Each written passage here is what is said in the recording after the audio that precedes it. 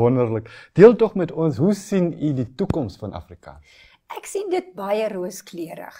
Dit is vir my jammer dat ons taal op skool 'n bietjie swaar trek, maar soos daai klomp vir 50 jaar moes veg daarvoor, so moet ons ook maar veg daarvoor dat Afrikaans weer 'n lekker stewige plek in ons skole kry, soos ons ander nasionale tale. Ek dink regtig ons moet in Namibië moeite doen met ons kosbare tale wat ons hier het. Ek stem saam. Ja, maar hy word gepraat op straat, hy's 'n lekker gebruikstaal. Langerhoven het ook gesê, Nederlands is die pluiskuil, jy weet, daai deftige hoede. Ja. Afrikaans is die vellies. En ons dra vandag nog vellies. Ek sien nie pluiskuile op straat nie.